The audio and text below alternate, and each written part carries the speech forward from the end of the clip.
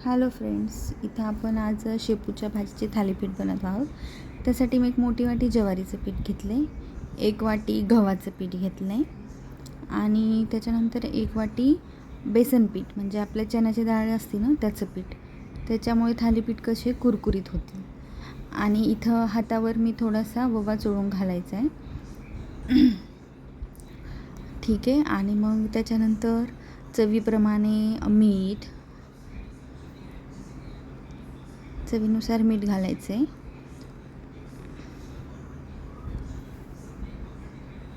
हळद, थोडंसं तिखट घालायचे कारण आपण ह्याच्यामध्ये हिरव्या मिरचीचं वाटण पण वापरणार आहोत. तीळ घालायचे, जितके जास्त तीळ घालताल तितकं थालीपीठ छान लागेल. त्याच्यामुळं मी इथं भरपूर तीळ घातलेले आहेत. आणि हिरवी मिरची, लसूण, अद्रक ह्याचं पेस्ट मी काढलेली होती ती आपण ह्याच्यामध्ये घालायची आहे. लाल पावडर तुम्ही नाही टाकलं तरी पण चालेल, पण मी टाकलं आहे थोडंसं. हे व्यवस्थित आधी मिक्स करायचं आहे, पूर्ण एकजीव झालं पाहिजे हे सगळं. मीठ जे जे आपण टाकले, हळद, मीठ वगैरे ते सगळं. आणि मग त्याच्यानंतर ह्याच्यामध्ये मी एक शेपूची जुडी आहे ती स्वच्छ धुवून बारीक चिरून घेतली आहे. तुम्ही तुमच्या प्रमाणानुसार टाकू शकतात. माझ्या मुलाला बिलकुल शेपूची भाजी आवडत नाही, म्हणून मी ह्यामध्ये होईल तेवढी जास्त शेपूची भाजी घालायचा प्रयत्न केलेला आहे. आणि मग नंतर हे सगळं, शेपूच्या भाजीमध्ये पाण्याचं प्रमाण खूप जास्त असतं, त्याच्यामुळं डायरेक्ट आधी पाणी नाही टाकायचं. आधी हे सगळं मिक्स करून घ्यायचं व्यवस्थित आणि मग त्याच्यानंतर हळूहळू वाटलं तर ह्याच्यामध्ये पाणी घालायचं. आता मी हे सगळं व्यवस्थित मिक्स करून घेते आणि गरज वाटली तर पाणी घालून हे सगळं मिक्स करून घेतलं आहे मी. आता 5 मिनिट ठेवलं होतं रेस्ट करायला. त्यानंतर थोडंसं तेल टाकायचं आहे आणि परत एकदा ते सगळं एकजीव करून घ्यायचे. मी इथं ओला कपडा घेतला आहे, सुती कपडा. त्याच्यावर तुम्ही नाही कपडा घेतला तर नुसते असे थापले पॉलिथिनवर वगैरे तरी पण चालेल, पण सुती कपड्यावर माझी आई थापायची थालीपीठ. मी इथं ओला करून सुती कपडा घेतला आहे. एक थोडासा उंडा घ्यायचा, आपण पोळीला घेतो त्याच्यानुसारच पाण्याचा हात घ्यायचा आहे.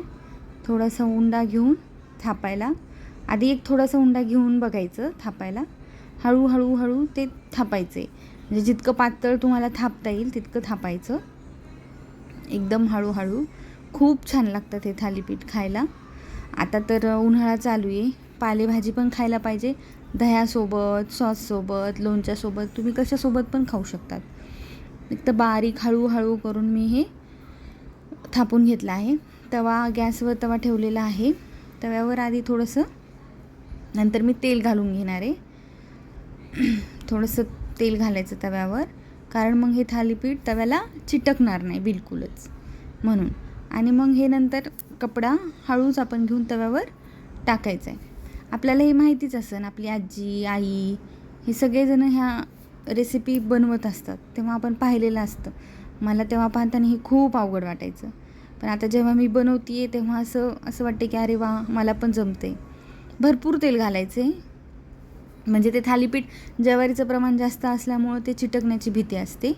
त्याच्यामुळं भरपूर तेल घालून घ्यायचे. ते भाजताना पण छान, जितकं तेलाने तुम्ही खरपूस भाजताल तितकं ते छान लागेल. गॅसचं फ्लेम मी वाढवली आहे. आता पाहायचं आहे आपण ते पलटते का, आणि ते पलटून घ्यायचं आहे व्यवस्थित छान. तेल घालून ते छान असं भाजून घ्यायचं आहे हळूच. खूप छान लागते हे थालीपीठ. तुम्ही नक्की एकदा ट्राय करा ही रेसिपी. धपाटे वगैरे तर आपण बनवतोच, शेपूची भाजी शक्यतो वास येतो तिचा, म्हणून कोणी खात नाही. तर तुम्ही अशा प्रकारे करून बघा, वास अजिबात येत नाही शेपूच्या भाजीचा आणि खायला पण पौष्टिक आहे. इथं माझं थालीपीठ चांगलं भाजलं आहे छानपैकी. अशा प्रकारे मी सगळे थालीपीठ नंतर थापून केले. आणि इथं मी दही, त्याच्यामध्ये कांदा घालून दह्यासोबत हे सर्व केलं. माझ्या बाळाला खूप आवडलं, माझ्या मुलांनी आवडीने ते खाल्लं. थँक्यू.